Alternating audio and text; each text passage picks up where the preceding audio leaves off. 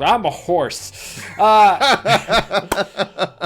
Hello, friends, family, and everyone in between. Welcome to, again, another exciting episode, another exciting volume in this wonderful book known as the Phil Good Podcast. Yes. I am the good host, Mike Osgood, and with me, as always, is... your Phil co-host, Byron Filler. This is a podcast where we chat with fun, interesting people and get to know what makes them feel good and what's the good in the world. Today, we are chatting with... She's a renowned food stylist, and she's a former plus-size model, and she's a soon-to-be mom, Kelsey Rose. She's a badass, and we can't wait for you all to get to know her. But before we do that, let's do a little check-in, Byron. Yeah. Byron, how are you? I'm doing good. Nothing to, like, you know, it's always nice to come here and to be able to say, like, oh, there's, like, nothing major, like, nothing of note. Even if it, you know, even with the, like, oh, people, like, I think the last episode, it was like, you know, I had family come in town, and then it was my wedding anniversary, and then come here and be like, nothing's happened. It's wonderful. I have the thing that I've actually been pretty excited about is, like, I'm doing a little bit more reading again. I've been finding, I've been having a little bit of a block. This has been my problem for a while now. I don't know where this started, but it's like I'll find a book, I'll really love it, I'll get into it, I'll get into the next book, and I get about halfway through and struggle bus through it for like 2 years, and then the next book after that, read it like this is just the pattern that I've been through, and I've been trying to break that cycle and challenge myself. And so I think I just need to get to this place where, like, if I'm getting through a book and I'm not enjoying it, and telling myself it's okay to just put it down and get another book and then come to that one later. Because I think that's, I don't know why I have this guilt of, like, I started something and it's like, oh, this is really hard to read. And it's not even, like, hard as much as it is, like, it's so slow. I feel you. I feel you. I'm reading Artemis by Andy Weir, and good one. which is actually, like, slow to start, but it's picking up real fast. I'm, like, getting close to the end. I'm on the second heist, and shit just went down. And it did. Yeah, and I won't spoil it for anyone who wants to read it, but I'm hoping that I can. I got a lot of books on my nightstand, y'all. I need like, and I keep seeing books I want to read, and I'm like, I need to get through these ones. So this is what's good with me. That's where I've been at right now. Mike, what's good with you? What's going on in your world? Man, one, I wish I can pick up books again. I was doing a little bit of reading at the beginning of the year, and I wanted to challenge myself to read a book every month. And then I started reading Dave Grohl's Storyteller, his autobiography that he wrote. And then Taylor Hawkins died, and I was like, I don't know if I should read this right now because I'm just going to be sad. But the thing that's been good with me recently is I've been starting to work out again. And I've been starting to work out much more, and sort of a motivation that came from our episode with Dasha, which please feel free to go back onto Spotify, Apple, YouTube, wherever you look and listen to your podcast. It was a good one, people. Like and subscribe. That was a really good one. It was. A lot of people have gravitated towards that one, which is really awesome. But after that conversation, I definitely kind of saw a little bit different in myself and realized that I need to get back into working out. I need to be strong. I need to better myself. And it's something that makes me feel good. So I've been trying to do at least 3 workouts a week and, you know, just trying to get strong. Nice. Be fit. So I've been doing starting doing breakfast again after that episode. It's changed so many things to, like, I'm doing, like, yogurt and adding, like, my fiber, my protein. Yeah, exactly. Like, getting, like, taking care of my gut health and getting me started the rest of the day. It's good. Yeah. But, been doing a lot of that and just trying to take better care of myself. So that's really what's been good with me. But you want to know what's really good, Byron? What is really good, Mike? Our interview with Kelsey Rose. Yes. We can say so much about her, but we really think that she should tell her story herself. So she absolutely should. And she will. She absolutely will. Yes. Let's Precursor. give you a warning. Yeah. Real Precursor quick. to this is one. A saltier episode. We brought Kelsey.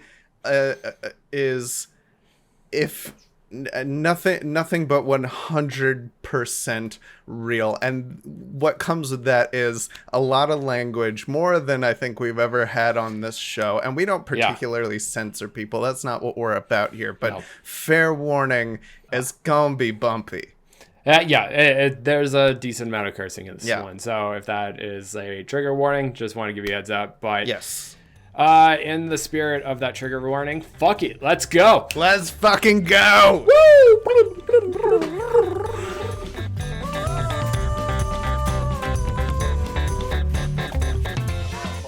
Hold on. Right, everybody. Oh, that was good. That was good ASMR, guys. Thank you. Hello, friends, family, and everyone in between. Welcome back from the little dance break we just had. We are here today with the amazing, the glowing, the sassiest sass east of the Mississippi. It's Kelsey Rose. Hi. Kelsey, it's so good to see you. It's so good to hear you. How are you doing today? I'm good. I slept in. I feel very relaxed. I love that we have a 3-hour time delay. It makes things so much easier on my end. I'm jealous. Yes. Well, sometimes it's a big pain in the ass. So you know what? I'm very, very honored to be here today. So thank you for having me. Thank you for being such a glorious, bright ray of sunshine on this Saturday. I had tea and already, and this is better than caffeine. Ooh. Now I feel like I have to spill some tea to meet up to your expectations. Speaking of spilling tea, you guys want to get into the moment of bad? Oh, yes. Let's get into that moment of bad. Fam, you know the drill. 60 seconds on the clock. If we can actually stick to that, we are going to talk about one thing that is going to, that was bad in our week, or something that we just saw in the news that we didn't like, and we're going to make it big on. Big on! Mike, do you want to start first? Yeah. No? I'll take it. All right. So, fam, I'm very sad of the fact that my favorite drummer in the world has passed away. Taylor Hawkins, the pulse of my life, basically, of all my favorite songs, has passed away as of yesterday. And I'm sad about it. And I have been blasting Foo Fighters all morning, much to my fiance's chagrin. But you want to know what? The man was a legend. The man could lay down some beats. And may we all be forever blessed with his talent in song. So I'm gonna do another becoming of his music, and rest in peace, brother. Rest in peace. Here's some water. I feel like it should be whiskey in his honor, but hydration. Become. Let's. Become. I like that. Byron. I like that idea of if we don't want to begone something, and it's more about flipping it into a positive, becoming that. It's a good option for us. If you want to you're welcome. 5-cent royalties for every time we do that. Anywho, Byron, what should be going in your life? Oh man, you know what? The theme of my week has been anxiety, and for me, anxiety has always revolved around things that I'm not usually able to articulate into words, and that just compounds on top of the things that I am already feeling. And it sucks because you get into a conversation with somebody, you're trying to express what is going on, and you're trying to put into words the more ethereal things inside of your head, and then those things don't come out quite the way you want them to, and you're like, well, this wasn't productive. Well, shit. Oh no. So, but I think something that I keep having to remind myself, and I made a TikTok about this so that every time I forget this, I go and I watch that TikTok, is that sometimes certain things don't have words because they're not meant for other people. They're meant for me. They're meant for me to keep. So I'm gonna take my anxiety, I'm gonna make it be gone, and I'm gonna take the things that I'm allowed to have, and I'm gonna have a tea party. I don't know. Okay. I'll do something with it. And That's put it so on the fancy. internet. Yeah. Big on anxiety. Be You gone bastard. anxiety. Kelsey Rose, what's been bothering you this week? Yeah. Living in New York City. No. Well, just Yeah. the whole experience. You know what? I will say. So yeah, spoiler alert. I'm pregnant, and there's a lot that comes with that. Yeah. All these women on TikTok and the internet lie when they're like, "Oh my God, this has been like the best time of my life." I'm like, such a magical moment it's being a mom. bullshit.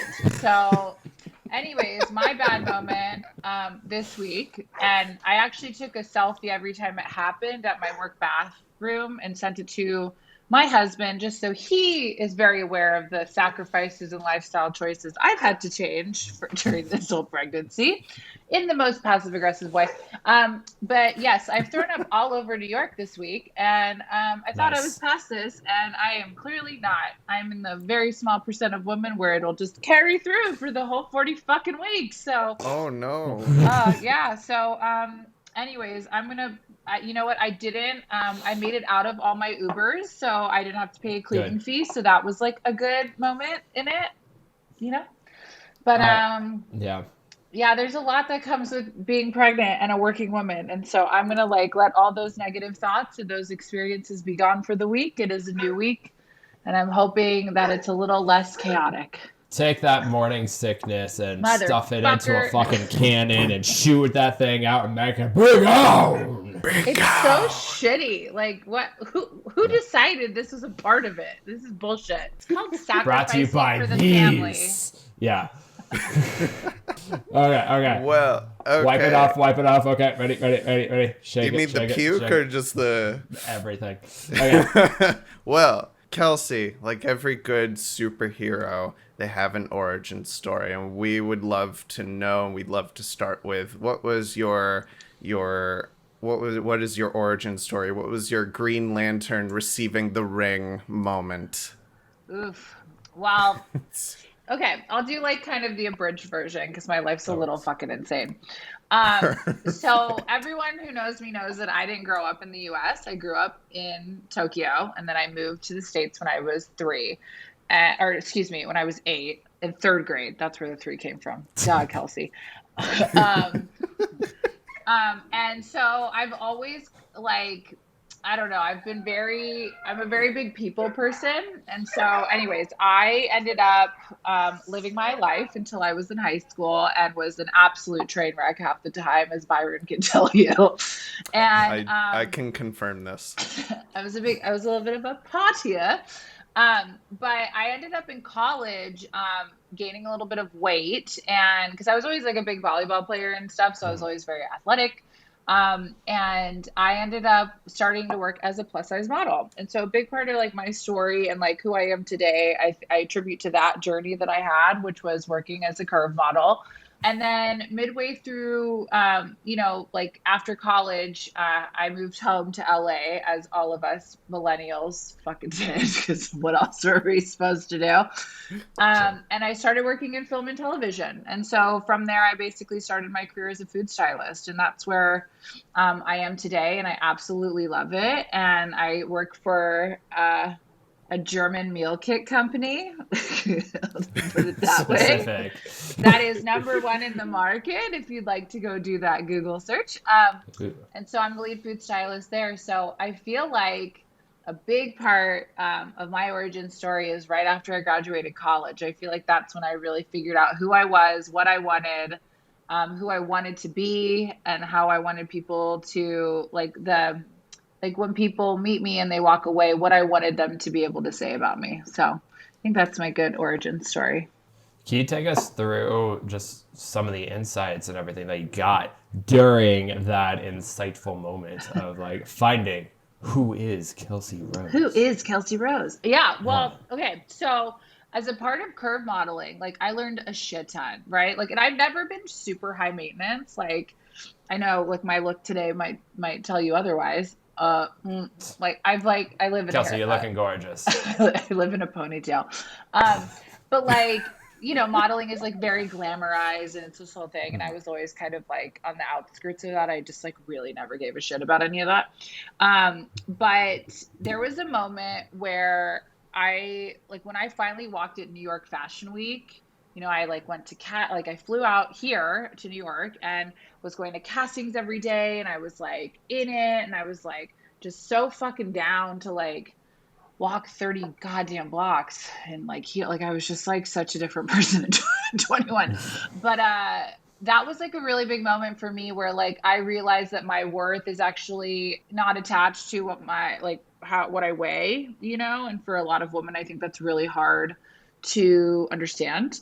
And I think building that confidence, like when I started working in film and television, like I never questioned myself. I just did it. And I carry that kind of confidence through my whole life. It's what I hope to like give to my kids. And it's how I got myself a husband. And, you know, it's like, I just feel like that working as a curve model brought so much confidence to my life that will like never go away. I will probably never, ever do a photo shoot again. However, everything I learned from that experience, and it was booking that New York Fashion Week show. I remember it like very vividly. It was like, here I am. I'm fucking ready to do it. Let's do it. And nothing can stop me, whatever I put my head to. So hell yeah. Yeah. Well, hell yeah. So then what was that turning point that made you say like, okay, that you said this is done and that like I know exactly where I am because of this, but like I can put a bookend on this chapter. Totally. Yeah, so I've left the industry, obviously. And I think my journey to leave the industry started when I had this really gnarly accident. So I was working as a curve model, and then my redneck side's about to come out. Russell and I were hunting. Yeah! We were out hunting. And, out hunting with PBRs in our Ford F-150s. It's like so white trash. Like it's okay. The only thing that would make this story better is if it was in the parking lot of a Walmart. Okay, so but it wasn't. Or Cabela's. We're a Bass Pro Shop. Yeah. Could be, yeah. So we're on this hunting trip. We've completed the hunting. We're about to drive back because we go out to Arizona to do it. And I just gotta say it because there's like no way to lead into this without it being like a WTF moment. I got run over by a truck, and we were standing in a parking lot, and this 92-year-old in a Chevy Silverado. I wasn't even walking. I was standing by my car at the time. I had a little red Mini Cooper.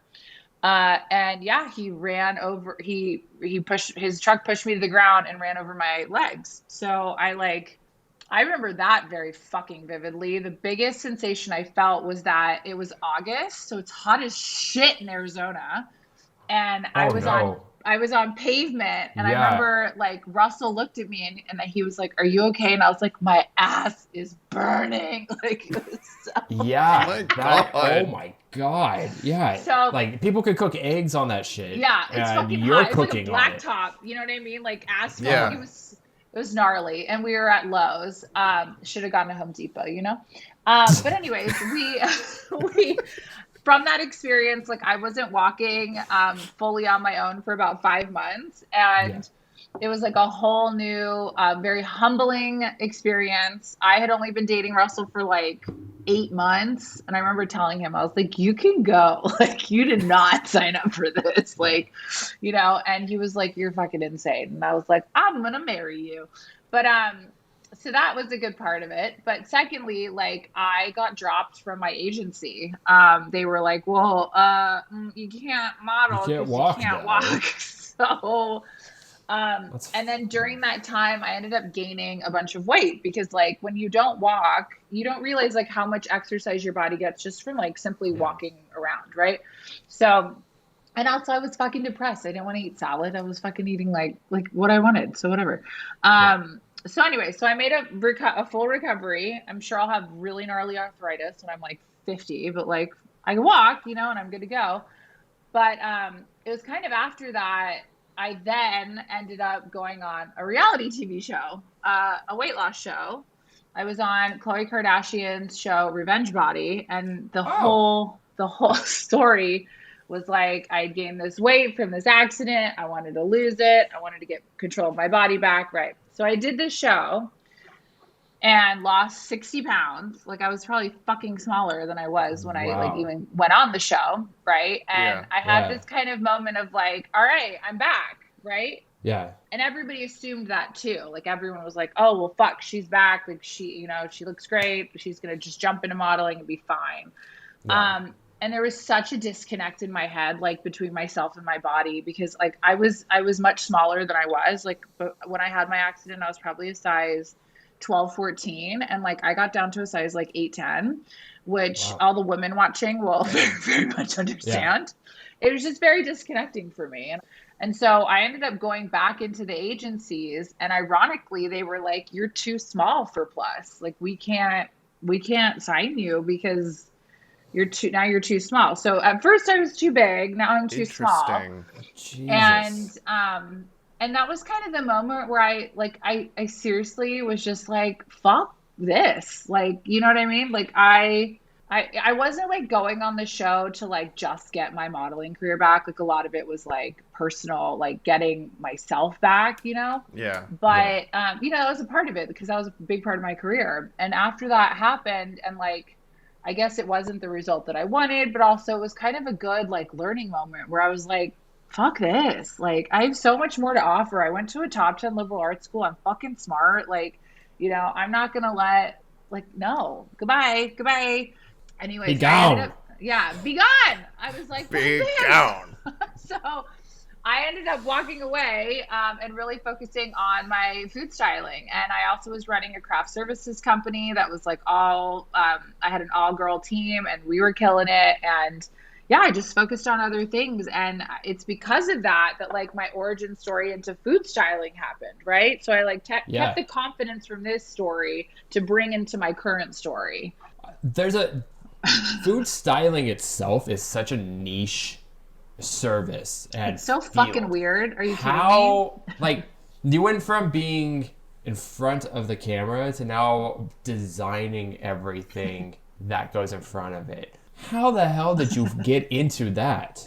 So I worked at BuzzFeed, and at BuzzFeed, Tasty was a really big thing, and I worked on the branded team. So most of my work was kind of was with brands that were coming in and doing content with us, and I learned a lot from it. And that, ironically, I got the job at BuzzFeed because I had been laid off from a production office. I was working as like the receptionist. It was like, I was like happy to be making $500 a week. I was like, oh, living large, you know? Yes. And I got laid off because the company sucked and, they did really shitty reality shows. So I should have fucking known. So my friend who actually used to hire me as a model got me this job at BuzzFeed. So I like stepped in. I was like, all right, well, if anything, it's just a job for right now. I'll figure it out. And this actually, to give you timing reference, is when I lived with Byron. So, so what was this, like 2013, 2014? Like 2014, 2015. Yeah. Okay. Yeah. So like, this is like right at the peak of like BuzzFeed's golden age. Yes. Before it became what it is now. Yeah. I'll just say that. Yeah. Very PC. Please don't sue me. Anyway, so from there, I ended up going freelance, and I went freelance in craft services first. And that's also a niche, right? And I was able to kind of work myself in that angle. And then from there, I literally just switched to food styling. And what's interesting is that a lot of people, excuse me, are like, that's another fun part of pregnancy, is that you fucking burp all the time. Okay.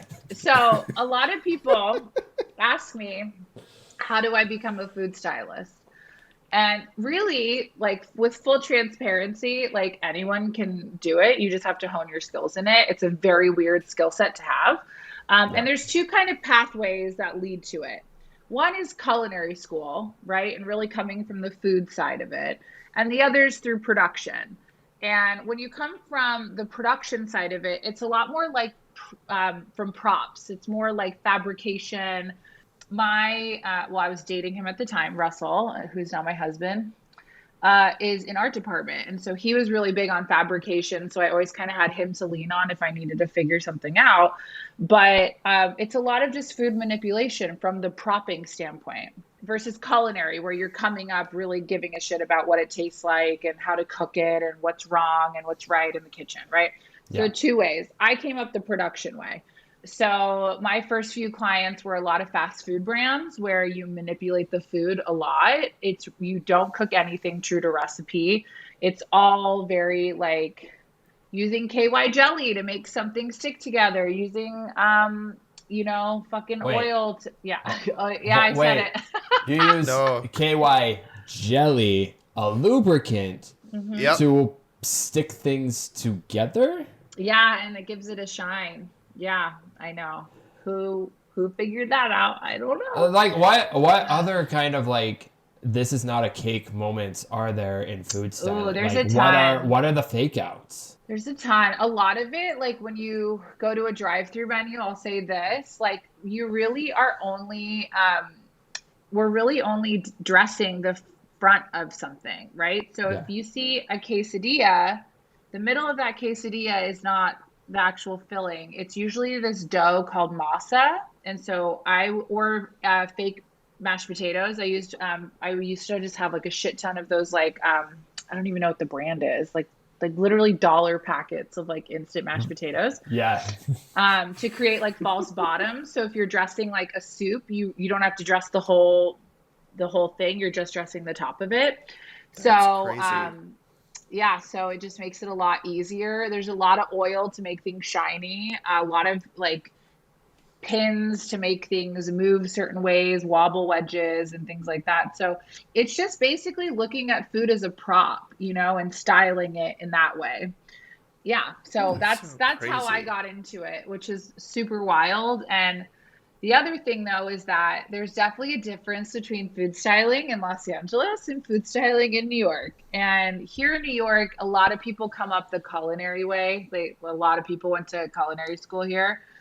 And I've had to kind of like prove myself in this city for sure.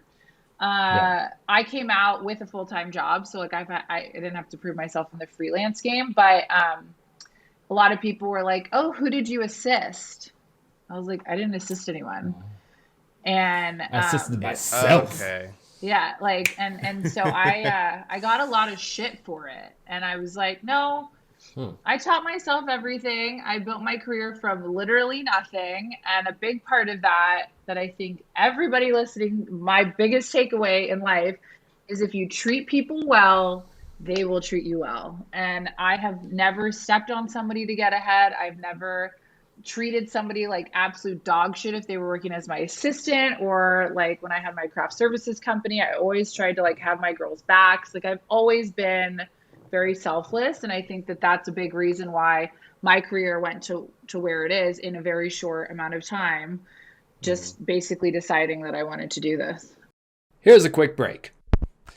Ladies and gentlemen, we are open to promotions. We are looking for those who would love to have their businesses promoted, do some ads within the FillGood podcast. We are great promotional people. Like we have both worked in a variety of things. We're very good at the speaking and the things. And we are. the so promotion. good. So good at really reading scripts and promoting a wide variety of things.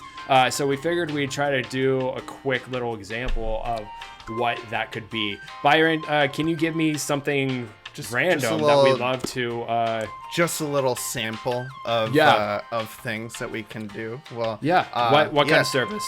Well, look, have you ever heard of paper clips, Mike? Paper clips? I think I have. Can you tell me more about that, Byron? Well, paper clips can be something that they attach multiple papers to each other. And you know what? Like, sometimes this can be cumbersome because sometimes paper clips fail. But you know what doesn't fail, Mike? What doesn't fail? Staples. Staples? Oh my goodness. Wow. You can slam down that stapler.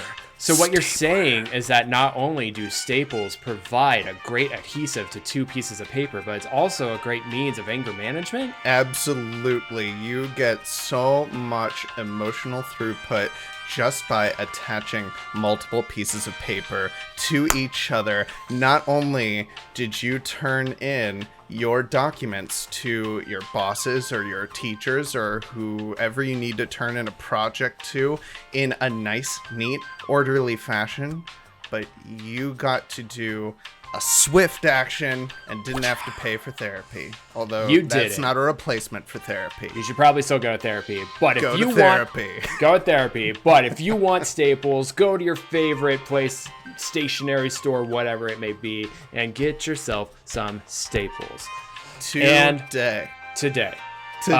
Use promo code FillGood to get an extra 10 staples. And scene. And that's just a brief example of some promotions that we would love to do for you. So if you're interested, please send us an email at fillgoodpodcast@gmail.com, or you can hit us up on our Instagram at FillGoodPod. I promise you, promoters, I promise you, your ads will be just as silly as this. They will. And that's a feel-good promise. That's a feel-good promise. Again, our email, FillGoodPodcast, that's FillGood podcast@gmail.com. Thank you, and back to our interview with Kelsey Rose. I mean, that makes a lot of sense. That because production is a little even in LA is very much like that in any aspect of the industry too, where everyone says oh, you have to go through the proper channels in order to you have to pay your dues in order to have done the work. And that's not particularly fair when you are someone who has worked very hard to get to where you are, even through the non-traditional ways. And it's threatening to those people who have been through, nothing wrong with going through that system, but it's not about there's a right way and there's a wrong way. Yep. I wonder at least in terms of talking about, because so much of what you're doing is about spectacle. I wonder what is the conversation you've had with not just the production community, but also the culinary community about how do you make food look good, whether it's about a right way or a wrong way, or just how you represent food and nutrition. That's a really good, I really like that point, because so when I came to my current company, it's a really big no-no to fabricate anything. And I came from working from pretty big fast food companies that I'm sure everybody here wasted has gone and eaten, or sober. But so my current company, the biggest switch and the biggest thing that I actually will say drew me really into the team that I work on is that everything is very real. Our kitchen team cooks everything just like a customer will get it. We don't lie about the portion size. So what you see on your recipe card and on the website is exactly what you're going to get. Sure, we'll add some shine and we take more time to really finesse what everything looks like on a plate. But I like that it's not, and maybe it's I'm trying to balance out the fact that I've lied to the American public for so long with these other brands. Like, It's okay. I'm Politicians do it all the time. you know what I mean? I'm like balancing it out. I'd be so bad in politics. Holy shit. But watch, fast forward 10 years, we're doing this podcast again, and I'm like in politics. But Kelsey Rose for senator. fuck no. Oh my God. But I think like that's a big part of it that I really like now, because for me, like food is something that obviously connects so many different people. Everyone has a lot of different memories around food. It's like if you ask someone the question, like, what's your favorite childhood dish? It really opens up a lot of conversation about culture and family and, you know, cuisine. And that's what I love about it. And when it comes to food styling, like my goal now as my career has kind of shifted, you know, is to really like showcase that it can be a great moment to connect and to, you know, kind of take a moment and have a meal with someone. I feel like if I cannot sit down and have a meal with you, I probably don't want to fucking be friends with you.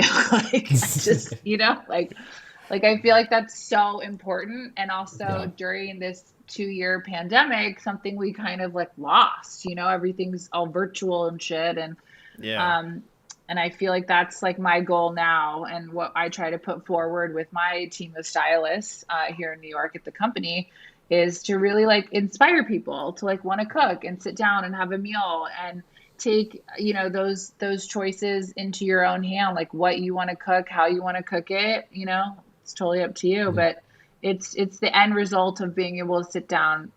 And my husband and I really try to do that at least once a week. It was very hard when we were freelance, and, you know, Byron, Mike, I don't know if you and your wife are both freelance, but Byron, I know you and your other half like have experienced this, you know, when you're like ships passing in the night because of your careers.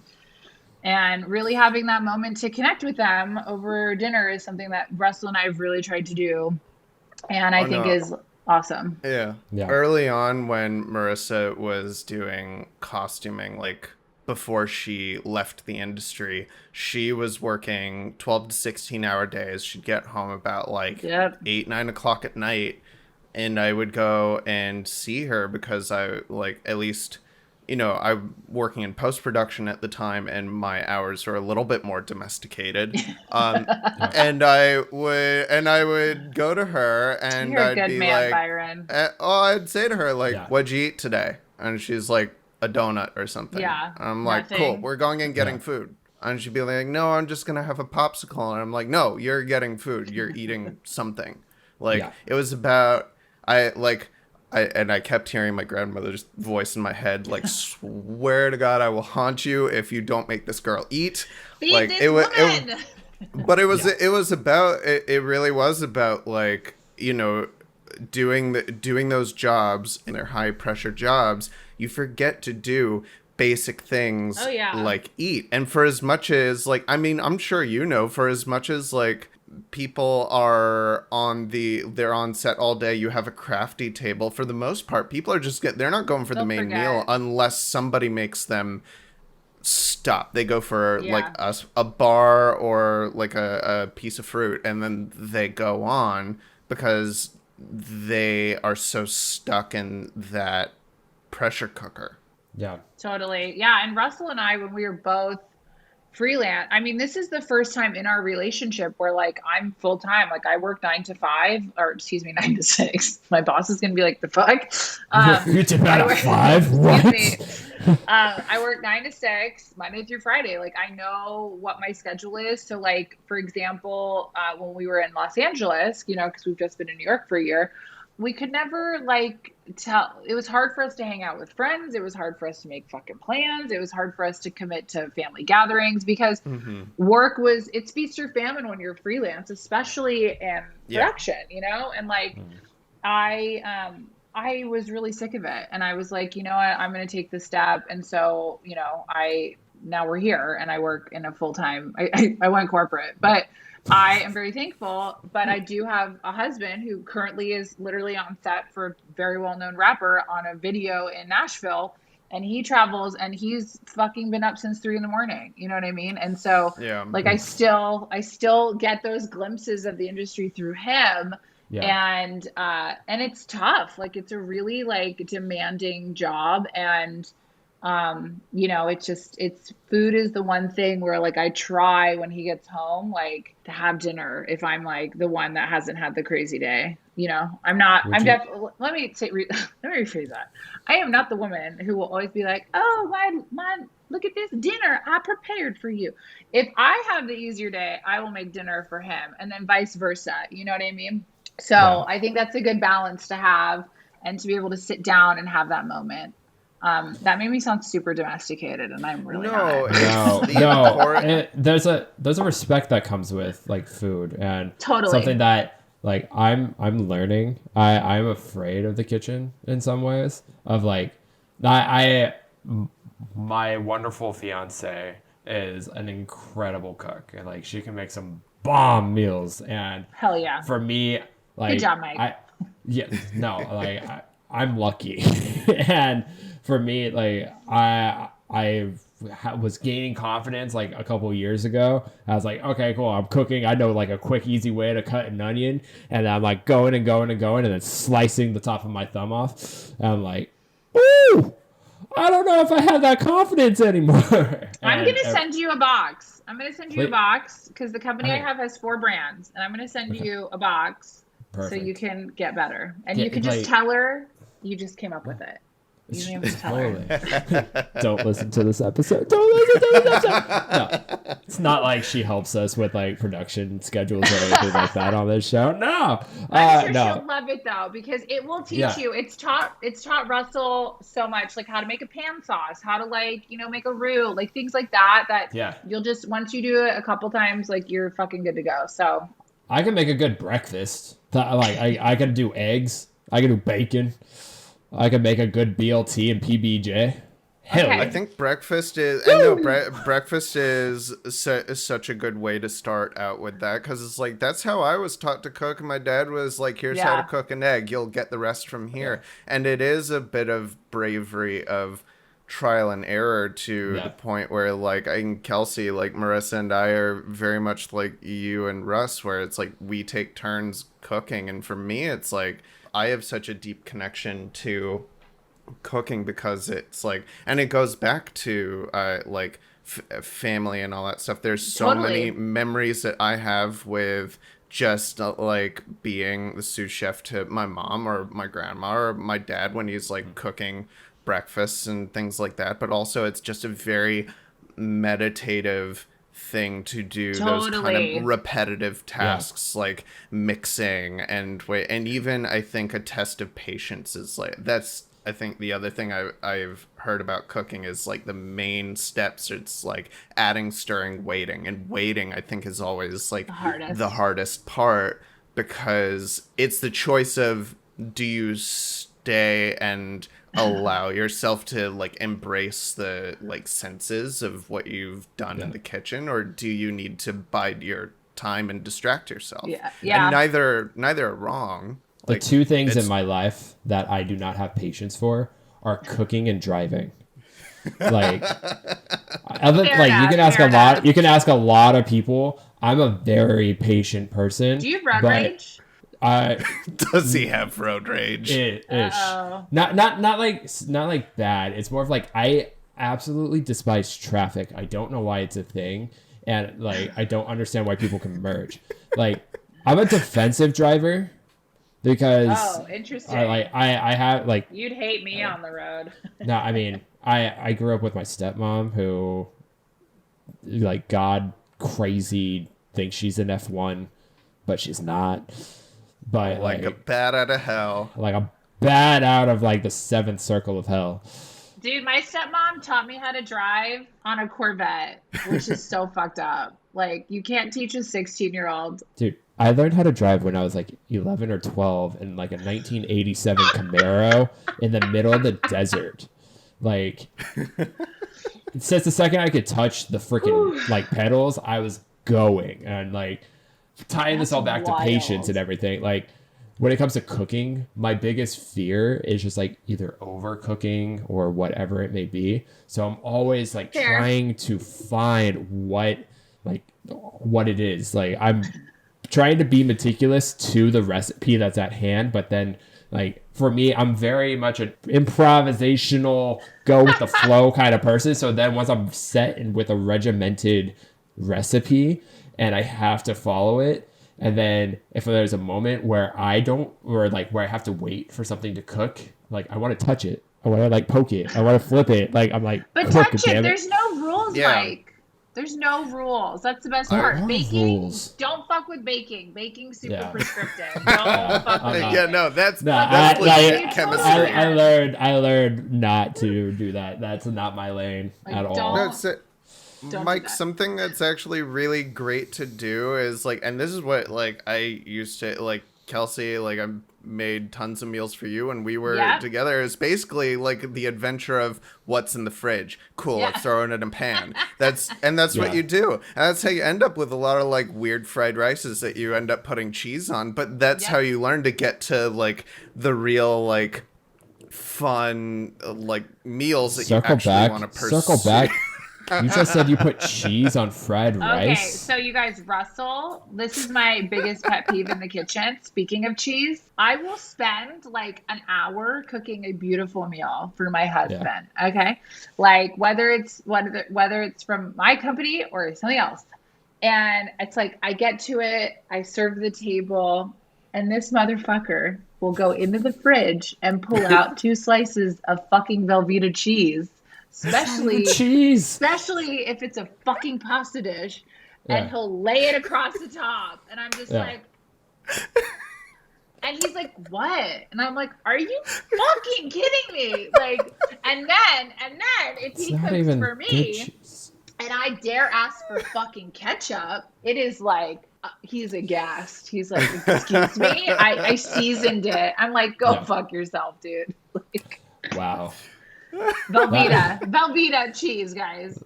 See, like Velveeta cheese isn't even allowed in my house because, like, if you say that, my fiance is just like. Listen, old school grilled cheese, right? Like I'll give it a pass. On like a fucking beautiful handmade rigatoni, No. that's my No, What? no, I know. Sacrilege. No, thank you. I know, and I still am carrying his child. It's really just on another level. Let's change subjects to family. Guys, I was gonna say let's talk about that. You're about to be a new mother come September. Holy How do you shit. feel? How do you feel about bringing a Virgo into the world? Listen, I would have preferred a water sign. Didn't happen. It's like a big holy shit moment because first off, I'm like the first out of like our big friend group to do it. Mm-hmm. Really, like, and congratulations. Thank you. Yes. And we just found out we are having a boy, which oh shit. Woo! It's happening. So we're very, very excited. I think it's going to be like very much less crazy than having a girl is what I've heard. So I'm happy about that. But it's like this, it's so surreal, guys. Like, cause we got married in October and we had to postpone, right? And as many people did, you know, spent far too fucking much money on a wedding, as most people do. And we thought we'd have more time. Like we kind of like started trying, but not trying. You know what I mean? Which is like the really weird way to be like, yeah, I was fucking my husband. And we were like, let's see what happens. Like, isn't it so weird when people are like, It's such a weird thing. It's just like, It's like, yeah, so you know, you're we're fucking. trying. We're You're trying. fucking. But we were like, we were trying. We were trying. Okay. Yeah. It's so fucking, there's nothing unsexier, you guys, than planned sex. And we started doing that towards like, you know, like towards Christmas. I was just like looking on the ovulation calendar, as every woman will know. Okay. So whatever. And the first time we really like started trying, I got pregnant, and I thought I'm 30, right? So in like medical terms, I'm an old fucking maid. I thought like it would need more time, but I guess I also had this moment where I think a lot of women around my age have had who like, because we were like the first generation where they put us all on birth control real fucking young. Yeah. And I Yeah. was on birth control starting at like 13.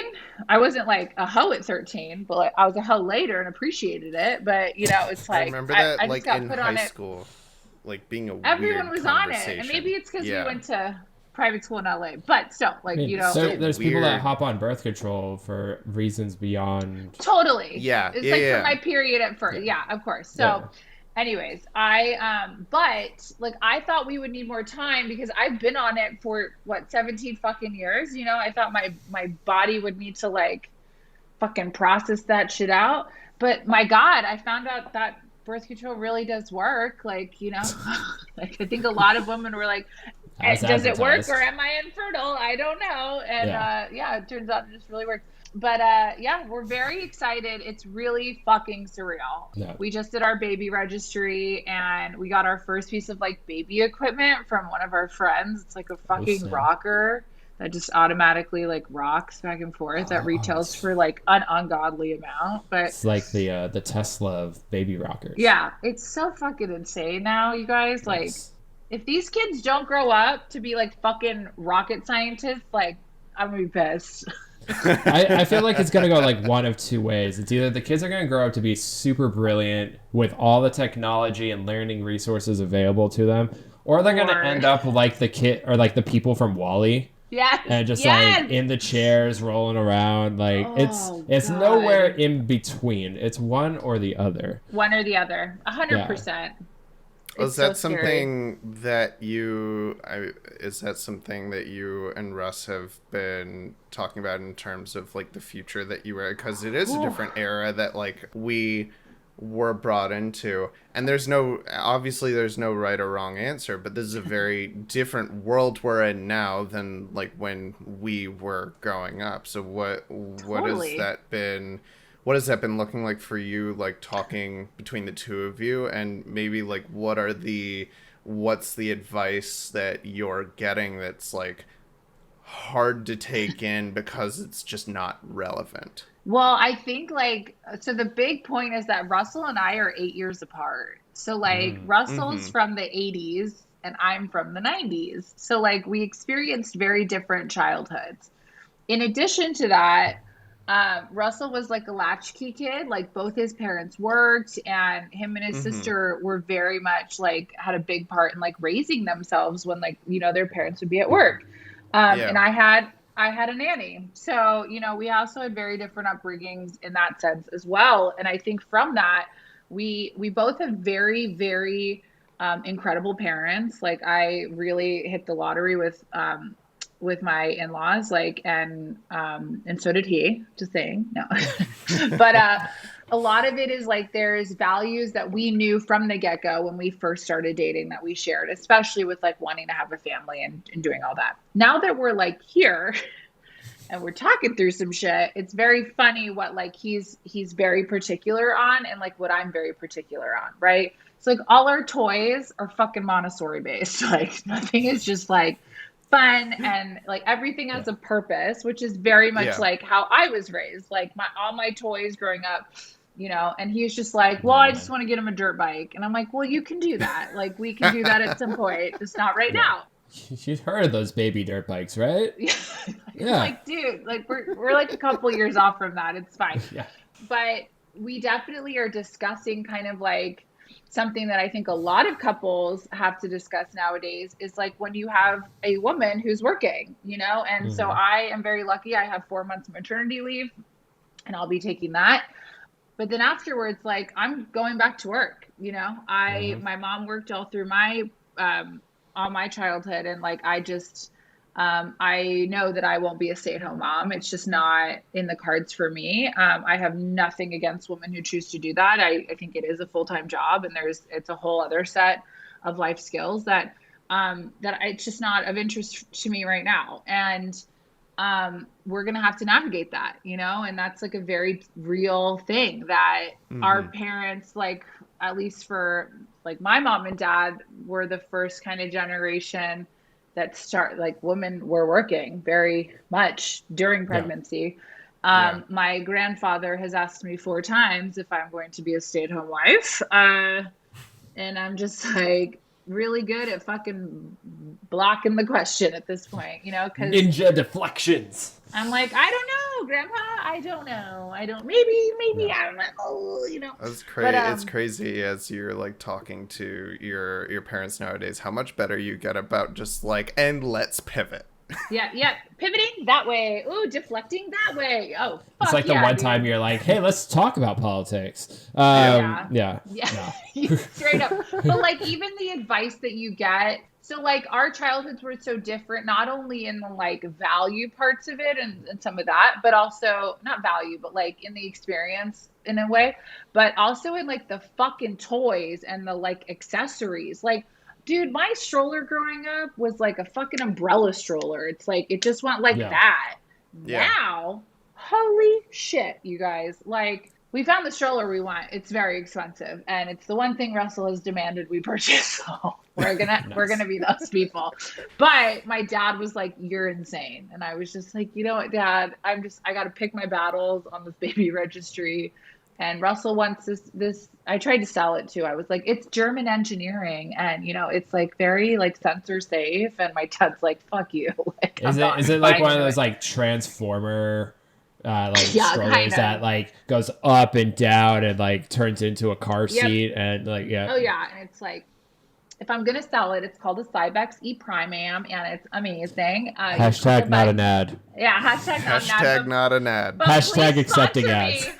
And also, please subscribe to the FillGood podcast. You can find us on Spotify. You can watch us on YouTube. Like, subscribe, hit the bell. There we go. Continue. Oh my God, I want Cybex. That would be amazing. I'm just, if something comes of it from Cybex on this podcast, I owe both of you guys big time. But anyways, but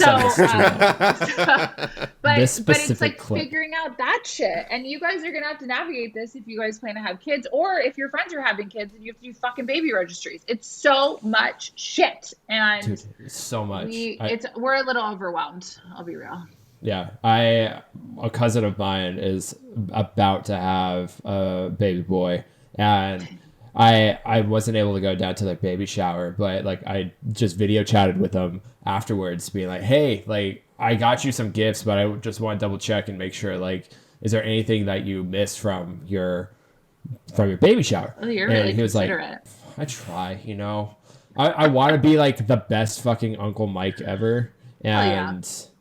Yeah, I mean, you already are. Yeah, I feel like you are like really good uncle vibes. You're leagues ahead. I'm gonna try. I'm gonna do my best. But like I asked him that question, and then he just kind of sat there and gave me one of those faces where it's just like, dude. And then he turns his camera around and he shows me his living room, which was full of all the baby stuff. And he's like, "Is it the first? Is he like the first of his siblings?" First. Yeah, because he's like my basic older brother. I'm an only child, so he's like my closest, oldest, like by like a year. And spoiled children. I'm not spoiled. No, the like baby, like.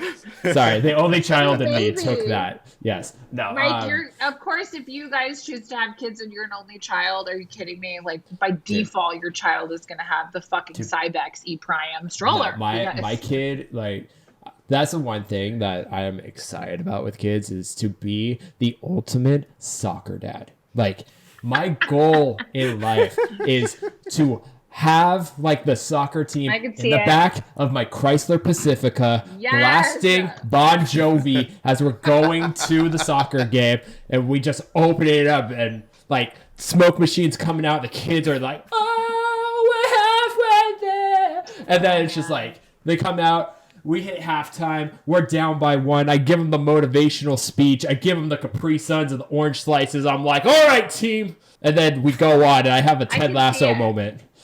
Not that I've had any dreams about this future life at all. But I think that's 100% achievable, Mike, and I fully support you in that. The Chrysler Pacifica is a great vehicle. So it is a great vehicle. Now go to your local Chrysler dealership today. Use code FillGood. Use code FillGood to get like a 2% APR. Yeah. Oh man, but it's just crazy when like life, like I think back, when you asked me about my origin story, and I think about like all this shit I've done, and I'm 30, like I'm not old, I'm not young, I'm just here at this point. We're still young. I feel like we're young. We're young. Like, the doctors didn't yell at me about my age yet, so that's great. It's just, I've had these like life milestones happen that like I just never thought about when I was younger. Of course I was like, yeah, I'd love to get married at some point. And then it like actually fucking happens, and then you're like, okay, pivot to the next milestone, I guess. Like, so it's crazy, and we're very excited. So Russell is going to be down in Nashville when for this fucking third trimester. So I'm actually delivering down there. So we won't be here in New York. So we'll do our maternity leave down in the South. Nice. And then we'll come back and release in New York when I go back to work. But we're kind of just figuring things out as we go. And it's just, that's going to be a whole other fucking adventure, is moving to a whole new city mid-pregnancy. But, Russell and I decided to move across the country mid-pandemic. So why the fuck not, I guess. I mean, if anybody can do it, it's the both of you. Both of you have always been wild enough to just like jump in. No, you've been the person, at least, and why I wanted to bring you on to chat with you is like you've been, I think most people will really, and I'm like this too, where you have to sit and consider and weigh all the options, and you've both been so good about going and planning along the way and being okay with like taking things in stride. It like, I think even just thinking like to you talking about like, your accident and getting run over, and Russell's reaction is so indicative of like, well, let's go. This is what we're gonna like. This is what we're gonna take on. We're gonna do it together, and that's like always been how I've seen the both of you, is just like we're just gonna go. We're gonna pick up the pieces along the way, and we're not gonna be concerned of it. If we leave something behind, it's probably not important. It's probably in our storage unit that we still haven't fucking moved over here, to be honest. So Kelsey, you've had quite a crazy life. You've had events and everything like that. And one of the things that just kind of seems to come from you is like being able to see the bright side of it. So I'd love to know from you, what is it that makes you feel good? I think the best thing that makes me feel good is feeling connected to other people. And within that, it's not just family and friends, it's neighbors, it's colleagues, it's just people I ride the subway with. I feel like for the last 2 years, we've kind of missed that. And it's such a big part of like who I am. Like, I'm very chatty, and really, like shocking. Very big on people. And so I like having that human connection, and within that, like, it makes me feel so good when I meet people who are different from me and who have had different experiences. And like, I can either just be observant and like be a witness to that journey, or I can take things from their journey and apply it to mine. And so that's what makes me feel good. So I always want to meeting new people, and right now creating new lives that hopefully will be a good person and a good addition to this world. Nice. That's amazing. That's so sweet. I feel like that's a great way for us to kind of begin to outro from this wonderful conversation that we've had with you today. Kelsey, we want to ask you before we finish up with you today, what's your future good? What can we tell people about that you're excited about? I mean, obviously we've been talking about your future and your child, but I'm where can people find you if they want to see and hear more of you? For all things food related, food styling related, and soon to be mommy related, my Instagram at The Real Kelsey Rose. and my TikTok at The Real Kelsey Rose as well. So I'll be posting all the fun and all the bullshit that comes with this new journey. So I always try to keep it as real as possible. I'll put it that way. Fantastic. Well, thank you so much for hanging out with us and chatting with us, and just I love you so much, and it's like I'm so thankful that you and I have been able to stay friends for as long as we've been able to, and just congratulations to you and Russ, and I'm wishing you both just all the best, but you don't need it. You got it. Oh, God, I fucking hope so. Well, on the next episode, I'll tell you all the shit that I've seen Byron go through. No, we'll cover that on Yes. Thank you, guys. I know, it's crazy. B and I have known each other since, like, literally high school, before I had boobs. It's really, really a journey. Oh, yeah. But thank you. Yeah. I forgot before the beard and before the boobs. Yes, the Kelsey and Byron origin story. Yes, we'll cover that in the future. Oh, it's so funny. You've seen my clean shaven face, and my wife hasn't. Oh my God, she hasn't? No, and I keep telling her, like, look, say the word. This will grow back. If you want to see my chin, like, let me know. And then You'll look naked. You'll look naked. She flip-flops between it because she's like, I do, but like I love the beard and I don't want it to go away. Summer. Well, it'll grow back. You're fucking out of your shit. It's not going anymore. No, exactly. Like it's like 2 weeks. It'll be back to that. Yeah, literally. I'm a European woolly mammoth. Like, and I'm Jewish. Like, this is gonna come back in a couple weeks. Yeah, literally, like 5 o'clock shadow will be that. Well, I really appreciate you guys having me. It was so lovely to chat with you both, and I love you both, and I hope to see you guys soon. Maybe next time it'll be with a little one. So, woo! Hell yeah! Woo! Let's do it.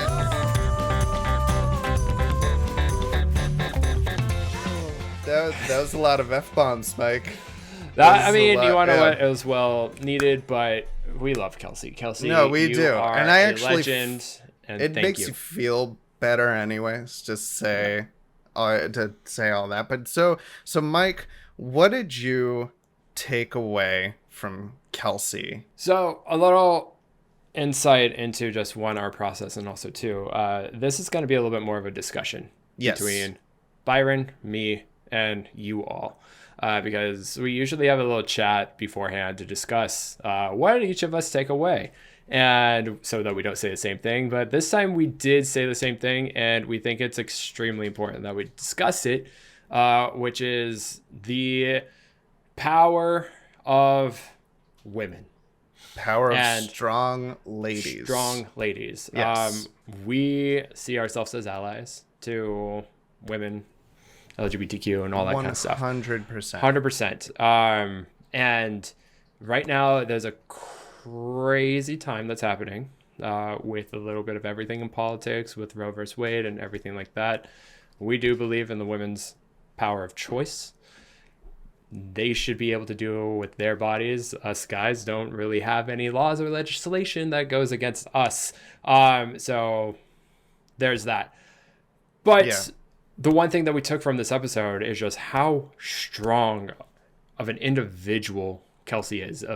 Whatever was thrown at her, she was able to bounce back. She was able to find a new lane to continue to going. When modeling got rough, she was able to find another venue or another lane for her to go down that can really push her into another form of success. And she does it, and she does it well, which is something that I admire and I want to take away from this. Is just give it your all when you're going into something. Give it your 100%. If you're not, then just make sure that you are trying to find that next thing that you can be that passionate about.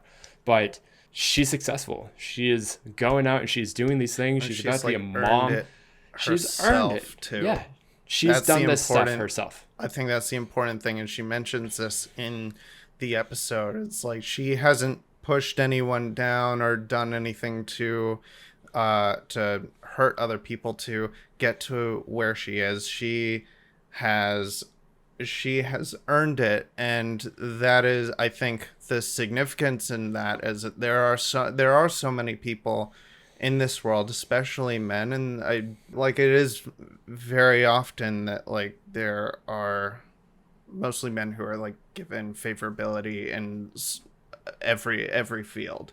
And so to be sitting here with people, and it's not just Kelsey, it's talking to some of the other women that we have talked to and thinking about like all of the strong women in our lives that have to fight all the time, this uphill battle. And that's the thing that I was constantly thinking about talking with Kelsey, like, you know, even with the obvious parts of, you know, what she has to go through carrying a child and what her body is doing, all the way to just the simple small little nuances when she's talking about like her getting back into modeling and like, oh, you're too skinny for plus size. Like those little things is like, I want to meet a man who has been told that at some capacity, because I don't think that man exists. I mean, we could definitely see if we can get a male model on the next season. Absolutely. But the big thing here is that we want to continue to see what we can do to champion the voices of these strong women. We had a little notice earlier in the season of a majority of our guests this season are strong, powerful ladies. And you want to know what? Good. That's awesome. Good. Not too often that you really get to hear that. So ladies, just know that we support you and continue to be strong. Keep pushing. Get your voice heard. We appreciate you, and we appreciate love you so much. And also, too, this is our post-Mother's Day episode. So to all the moms out there, thank you. We love you. Hi, Mom. I know you're listening. We love you so literally much. Would not be here without you. It's true. This podcast is not possible without mothers. Your life is not possible without mothers. So the fact that we are trying to tell our mothers what to do seems like blasphemy. It is. Blasphemy. Some people also aren't prepared to be moms, so they should be able to make that choice. And we shouldn't tell them what to do. I think it's insane. It's pretty nuts. Yeah. But we love you, ladies. You guys continue to be strong, continue to be awesome. And if you happen to be a fan of the FillGood podcast, you can find us on Spotify, on Apple Podcasts, on YouTube, where you can see our beautiful faces and watch the video recording of us. But please rate us 5 stars, leave us a comment, let us know what you thought of this episode, what you thought of Kelsey. And you can find her again on Instagram, on TikTok at Kelsey Rose. It's at the real Kelsey Rose. That's what I meant. That's it. Yeah. Yes. So along with Kelsey, you can find us at those same places too. We're at FillGoodPod. Give us a follow. You get notifications about when new episodes come up, some extra content. Maybe you want to see some outtakes.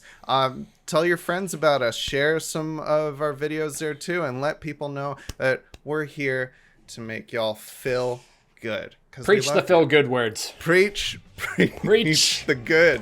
But everybody, thank you again. We love y'all, and we will catch you on the flip. The flip. Flop. The flap. Flippity The flap. flippity flap. Flip, The flip. flap. Flap. Flippity flap. Flip. Flap. Flap. The Feel Good Podcast, hosted by Mike Osgood and Byron Filler. Find us on Instagram and TikTok at FillGoodPod, FillGoodPod.